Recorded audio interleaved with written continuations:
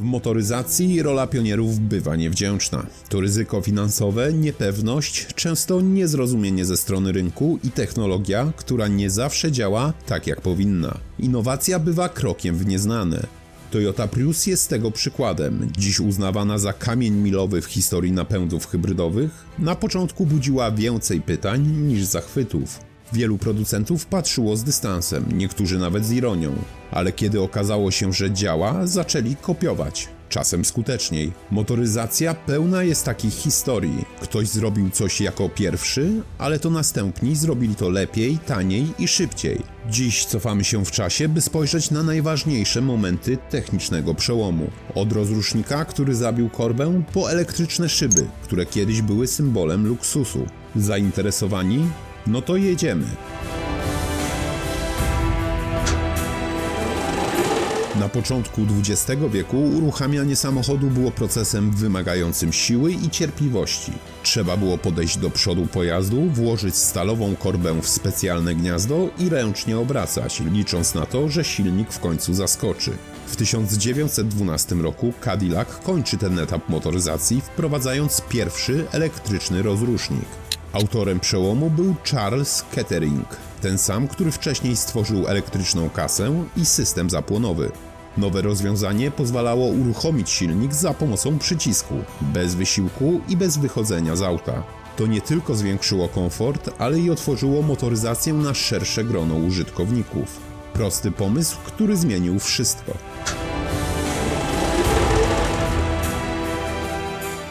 Przez wiele lat manualna skrzynia biegów była standardem i symbolem prawdziwego prowadzenia auta. Dla niektórych pasja, dla innych przeszkoda. Operowanie sprzęgłem i drążkiem wymagało wprawy i treningu, co skutecznie zniechęcało mniej doświadczonych kierowców, zwłaszcza w Ameryce. W 1939 roku General Motors prezentuje Hydramatic, pierwszą automatyczną skrzynię biegów stworzoną przy udziale zespołu Charlesa Ketteringa. Rozwiązanie debiutuje w modelach Oldsmobile, ale szybko pokazuje swój potencjał w ekstremalnych warunkach, trafiając nawet do pojazdów militarnych. Po zakończeniu działań zbrojnych skrzynia wraca do aut cywilnych i odmienia sposób, w jaki postrzegamy jazdę. Od tej pory zmiana biegów może być wyborem, a nie obowiązkiem.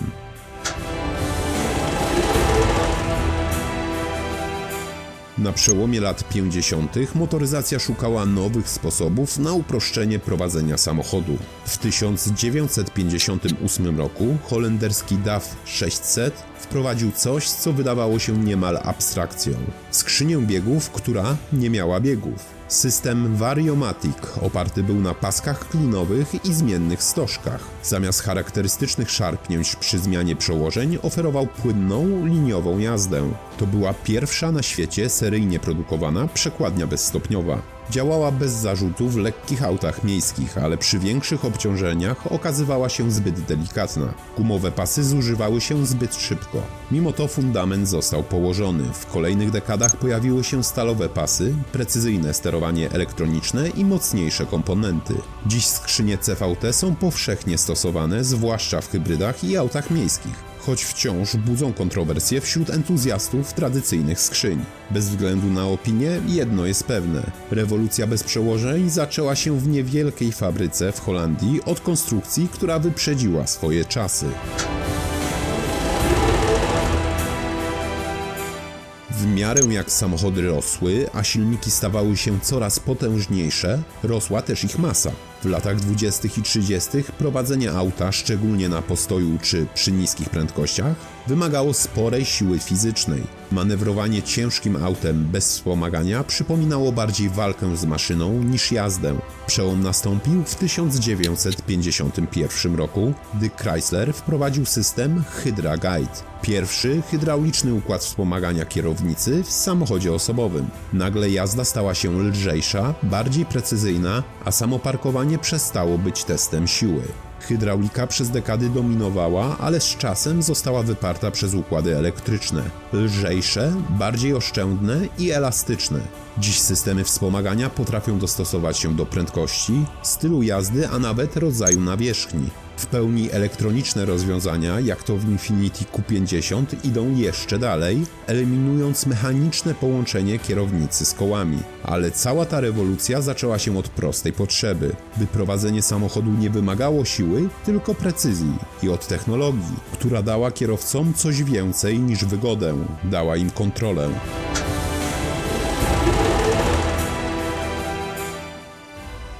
Przez dekady silniki benzynowe korzystały z gaźników, prostych mechanicznych urządzeń, które zasysały paliwo i mieszały je z powietrzem. Rozwiązanie było tanie i działało, ale tylko w teorii. W praktyce trudno było uzyskać idealne proporcje mieszanki, co oznaczało wyższą emisję, większe spalanie i nierówną pracę silnika. W 1955 roku Mercedes-Benz pokazuje coś nowego. Model 300 SL otrzymuje mechaniczny wtrysk paliwa.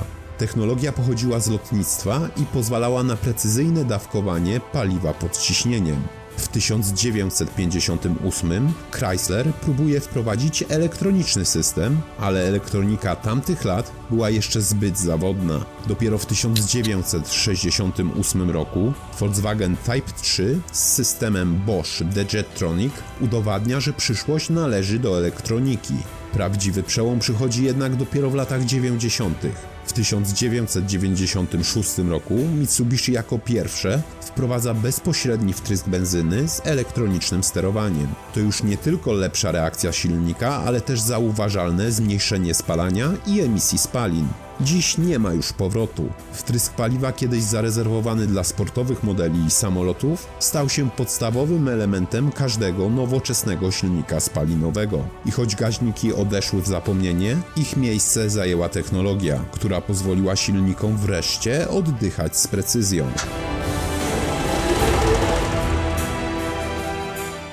Przez lata najprostszą metodą na uzyskanie większej mocy było zwiększanie liczby cylindrów. Silniki V6, V8 brzmiały dumnie, dawały radość, ale też ważyły więcej i spalały więcej paliwa. W 1962 roku pojawia się jednak inna droga. Chevrolet Corvair i Oldsmobile Jetfire zostają pierwszymi seryjnymi samochodami osobowymi z turbodoładowaniem. W obu przypadkach użyto sprytnego sposobu wykorzystania energii spalin do napędzania turbiny, która wtłacza więcej powietrza do komory spalania. Więcej powietrza i więcej paliwa to więcej mocy. Jetfire poszedł jeszcze dalej, stosując dodatkowy wtrysk wody z metanolem, by zapobiec spalaniu stukowemu. Było to rozwiązanie zaawansowane, ale zbyt skomplikowane i wymagające dla przeciętnego kierowcy. Przez kolejne lata turbodoładowanie pozostało ciekawostką, aż do 1976 roku, kiedy Saab 99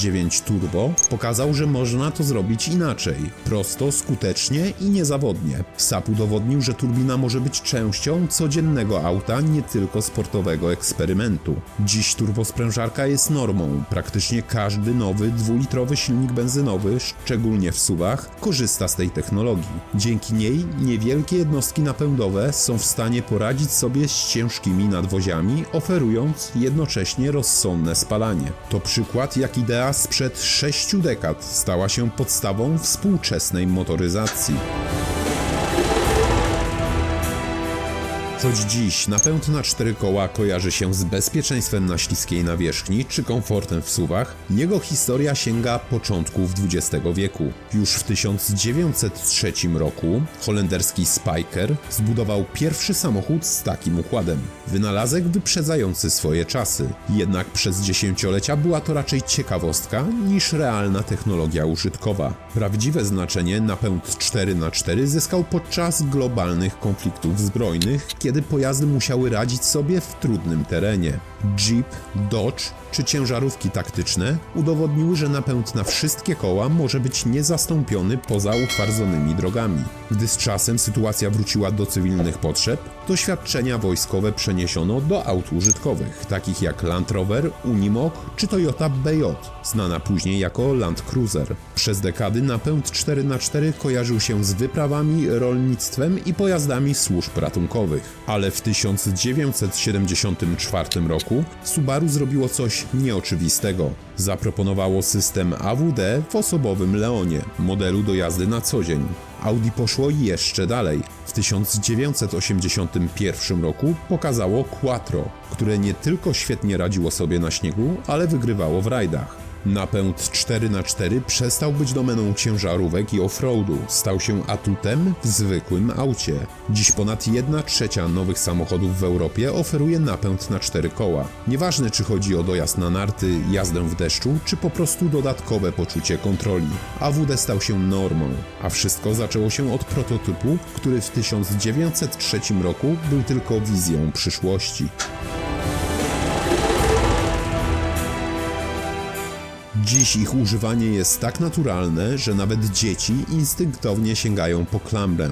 Ale historia pasów bezpieczeństwa to długa droga przekonywania ludzi, że warto zapiąć coś, co może uratować życie. Przez dekady pasy były dodatkiem, który wielu kierowców ignorowało. Uważano je za niewygodne, a nawet groźne podczas wypadków. Pierwszy, seryjnie produkowany samochód, w którym można było zamówić pasy biodrowe jako opcję, to nasz z 1949 roku. Ford podjął próbę w 1955, ale również bez większego sukcesu. Kierowcy nie byli przekonani. Dopiero Saab w 1958 roku wprowadził pasy bezpieczeństwa jako element wyposażenia standardowego. Jednak największy przełom nadszedł chwilę później. W 1959 roku Volvo zatrudniło Nilsa Bochlina, inżyniera lotniczego, który wcześniej pracował nad fotelami katapultowymi w odrzutowcach. Bochlin wiedział, że bezpieczeństwo to nie tylko kwestia sprzętu, ale i prostoty jego użycia.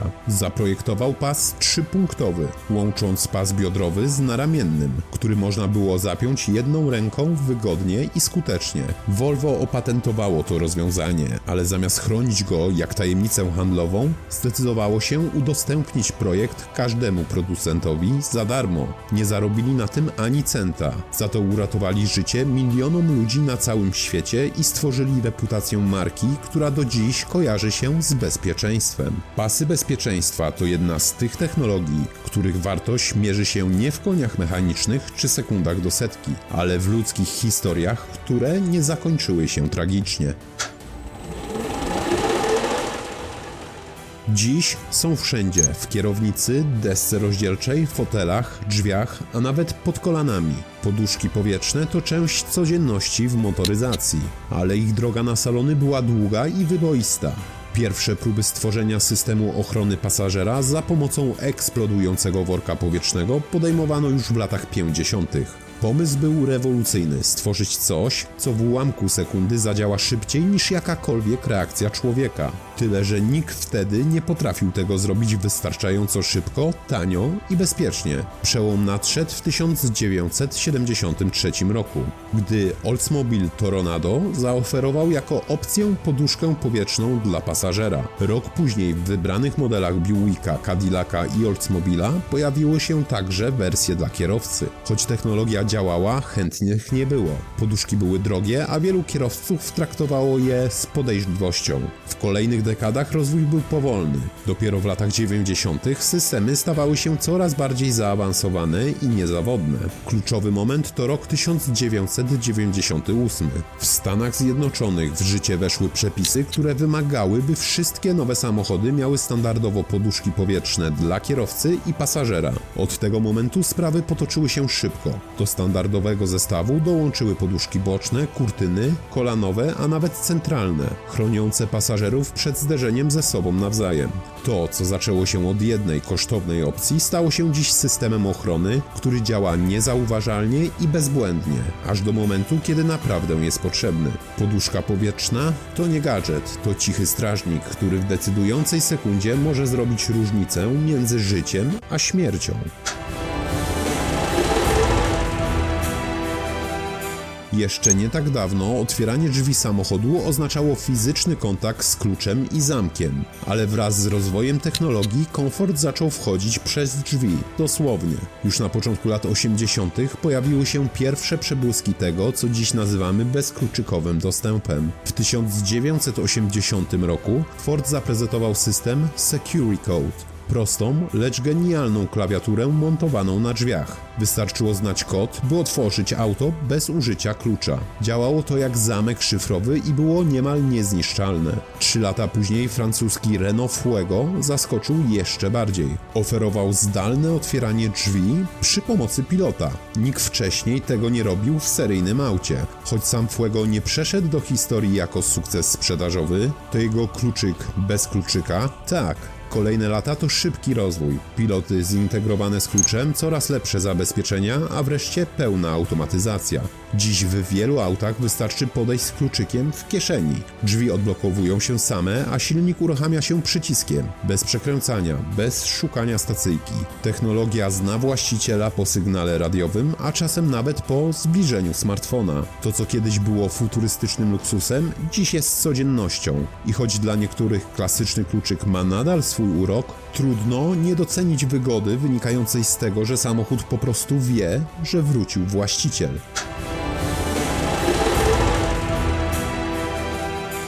Dziś trudno sobie wyobrazić jazdę bez chłodnego powietrza z nawiewu w letni dzień, ale przez wiele dekad jedynym sposobem na ochłodę w samochodzie było uchylenie okna, a i to nie zawsze działało, szczególnie w korku. Pierwszy seryjny system klimatyzacji pojawił się w 1940 roku w samochodach marki Packard. Rozwiązanie było prymitywne, duże i mało skuteczne. Wymagało zajęcia połowy bagażnika i kosztowało majątek. Trudno mówić o komforcie, ale była to iskra, zwiastun nadchodzącej zmiany. Kolejny krok wykonał Nash w 1954 roku, integrując klimatyzację z ogrzewaniem i wentylacją. To było przejście od niezależnych systemów do spójnego zarządzania temperaturą wnętrza. Jednak prawdziwy przełom przyniósł Cadillac 10 lat później. W 1964 roku wprowadził w pełni automatyczną kontrolę temperatury. Kierowca wybierał wartość na skali, a układ sam decydował, co robić. Chłodzić, grzać, włączać wentylator. To był moment, kiedy samochód po raz pierwszy zaczął myśleć o komforcie podróżnych. Dziś klimatyzacja to coś innego niż luksus, to standard. Systemy strefowe, czujniki wilgotności, automatyczna jonizacja powietrza, a nawet detekcja obecności pasażera. Wszystko to buduje klimat nie tylko dosłownie. Ale początki były proste, wystarczyło jedno marzenie, by latem w aucie nie czuć się jak w piecu. Dźwięk silnika był dla wielu melodią samą w sobie, ale prawdziwa rewolucja nadeszła, gdy do samochodów zaczęła trafiać muzyka z zewnątrz. Najpierw z radia, potem z płyty. W 1956 roku Chrysler zrobił coś z pozoru absurdalnego, a jednak przełomowego. Zamontował gramofon w aucie. System nazywał się Highway Hi-Fi i używał specjalnych, wolnoobrotowych płyt winylowych, które miały mniejsze ryzyko przeskakiwania igły podczas jazdy. Teoretycznie w praktyce wystarczyła większa dziura w drodze, by melodia się załamała, ale idea była ważniejsza od wykonania. Kierowca miał wreszcie kontrolę nad tym, czego słucha. Wkrótce pojawiły się 8-ścieżkowe kadridże, bardziej praktyczne, łatwiejsze w obsłudze. Kasety magnetofonowe przyniosły kolejną falę wolności. Radio już nie decydowało za wszystkich. W połowie lat 80. do gry wkroczyły płyty CD. Mercedes w 1985 roku, Lincoln w USA 2 lata później. Cyfrowa jakość dźwięku i wygoda obsługi wyniosły muzykę samochodową na zupełnie nowy poziom. Dziś nie potrzeba już ani płyt, ani taśmy. Wystarczy telefon i Bluetooth. Ale to właśnie te nieporadne początki dały wolność wyboru za kierownicą.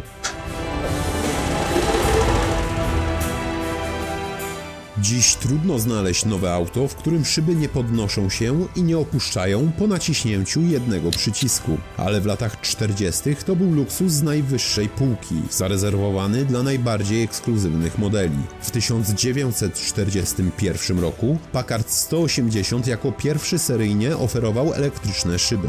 Technologia była oparta na hydraulice, zasilana pompą i obsługiwana elektrycznymi przełącznikami. Rozwiązanie to przeniesiono wprost z lotnictwa, gdzie podobne mechanizmy sterowały klapami i podwoziem. Dla przeciętnego kierowcy brzmiało to jak coś z przyszłości. Przez kolejne dekady elektryczne szyby pojawiały się w takich markach jak Cadillac, Imperial czy Lincoln, stanowiąc symbol statusu i wygody. Powoli jednak trafiały też do bardziej przystępnych aut, stając się coraz bardziej dostępne. Dziś są czymś tak naturalnym, że młodsze pokolenie często nie wie, jak działa ręczna korbka. Coś, co kiedyś uchodziło za ekstrawagancję, obecnie traktowane jest jak oczywistość. Na liście rzeczy, które zmieniają codzienną jazdę bardziej niż można by się spodziewać, podgrzewane siedzenia zajmują wysoką pozycję. Choć dziś są standardem nawet w kompaktowych SUV-ach, ich początki sięgają lat 60. i były zarezerwowane wyłącznie dla najbardziej wymagających klientów. W 1966 roku Cadillac DeVille jako pierwszy seryjnie produkowany samochód oferował tę funkcję. To był prawdziwy luksus. Układ elektrycznych mat grzewczych w fotelu kierowcy, aktywowany jednym przyciskiem. Rozwiązanie, które wcześniej można było spotkać tylko w samolotach, trafiło na amerykańskie drogi.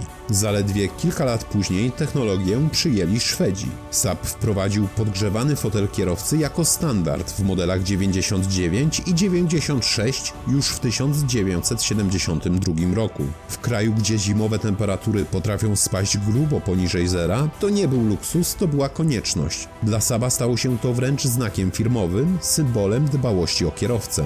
Z czasem podgrzewane siedzenia pojawiały się wszędzie, nie tylko z przodu, ale i z tyłu, nie tylko w luksusowych limuzynach, ale też w rodzinnych kombi. Ciepło fotela to coś więcej niż komfort, to bezpieczeństwo, mniejsze zmęczenie, szybsze rozgrzewanie mięśni, mały detal, który zimą zmienia bardzo wiele.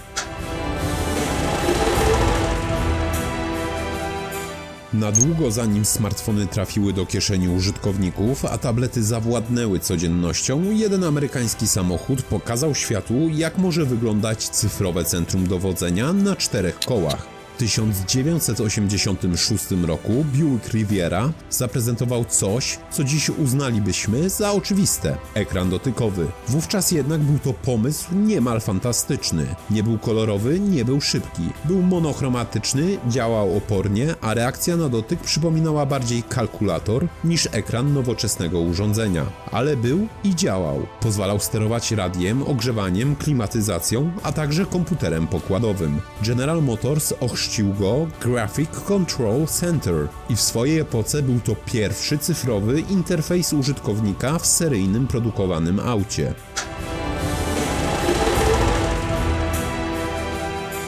Zanim satelity zaczęły prowadzić kierowców przez ulice miast i autostrady, nawigacja samochodowa była domeną papierowych atlasów, intuicji i pomysłowości inżynierów. W 1981 roku Honda zaproponowała coś, co wydawało się rodem z laboratorium eksperymentalnego.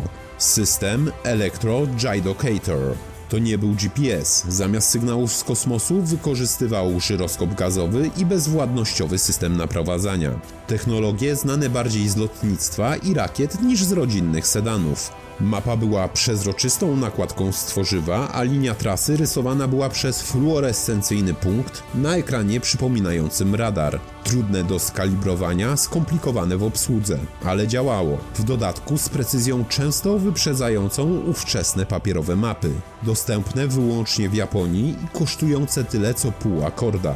Był eksperymentem dla wybranych, ale był też zwiastunem przyszłości. 10 lat później Honda Legend otrzymała pierwszą cyfrową mapę, a w 1995 roku Oldsmobile wprowadził GuideStar, pierwszy, prawdziwy, zintegrowany GPS w aucie produkcyjnym. Dziś korzystanie z map w telefonie czy samochodzie to codzienność, ale zanim przyszła prostota, była epoka prób.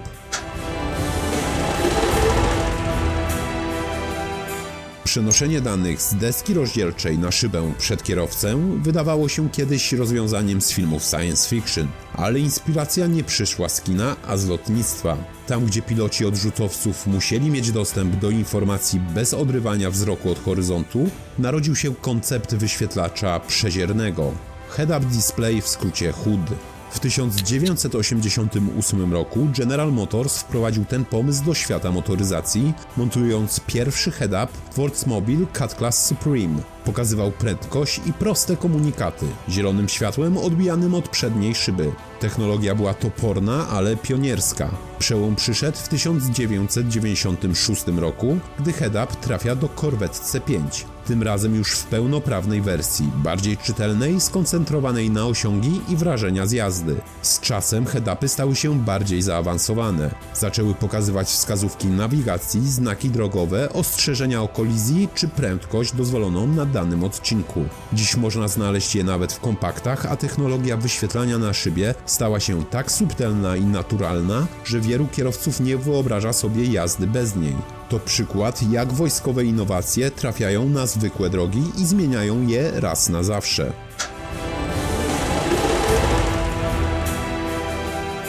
Koncepcja skrętnych tylnych kół brzmi jak nowoczesny wymysł, ale jej korzenia sięgają lat 80. Wtedy to Nissan wprowadził do modelu Skyline R31 system o nazwie HICAS. Działał jak sprytny asystent. Przy wysokich prędkościach tylne koła skręcały się w tym samym kierunku co przednie, zapewniając lepszą stabilność. Natomiast w miejskim gąszczu przy niskich prędkościach skręcały w przeciwnym kierunku, znacząco zmniejszając promień skrętu. W Europie podobną technologię wprowadziła Honda. W 1987 roku model Prelude został wyposażony w system, który potrafi niemal zawrócić auto w miejscu. Manewrowanie na parkingu jeszcze nigdy nie było tak proste.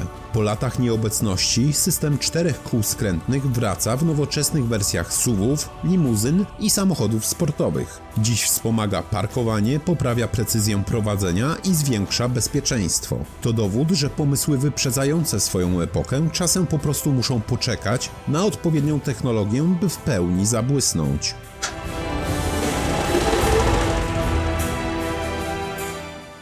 Jeszcze w latach 70. poślizg kół był codziennością, zwłaszcza na mokrej czy śliskiej nawierzchni. Kierowca musiał liczyć na wyczucie i szybkie reakcje. W 1971 roku Buick zaproponował inne podejście – system MaxTrack. Gdy czujniki wykrywały, że koła zaczynają buksować, elektronika natychmiast ograniczała moc silnika. Było to rozwiązanie surowe, ale przełomowe. MaxTrack nie korzystał jeszcze z zaawansowanej elektroniki. Bazował na prostym pomiarze prędkości kół. W kolejnych dekadach kontrola trakcji stawała się coraz inteligentniejsza. Pojawiały się układy zintegrowane z ABS-em, zdolne nie tylko do odcinania mocy, ale też do selektywnego hamowania kół.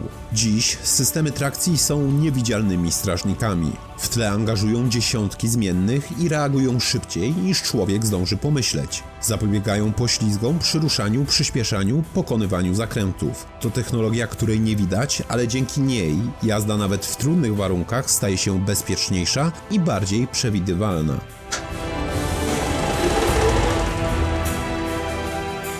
Na początku lat 90.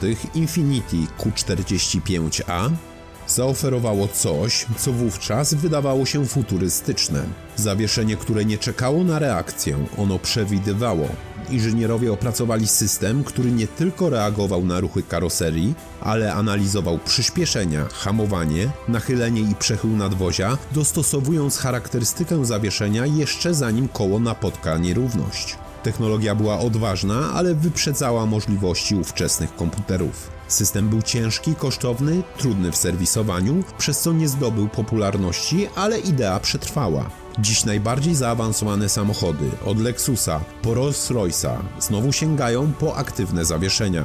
Teraz jednak czujniki optyczne i radarowe skanują drogę z wyprzedzeniem. Algorytmy w czasie rzeczywistym angażują dane i przygotowują zawieszenie do nadchodzących warunków. Efekt? Gładka jazda nawet po fatalnej nawierzchni. Idealna kontrola przy dużych prędkościach i komfort jak z limuzyny klasy premium. To jeden z tych przykładów, gdzie pomysł był zbyt nowatorski jak na swój czas, ale przetrwał i wrócił, udoskonalony, jako nowy standard w świecie komfortu i precyzji prowadzenia.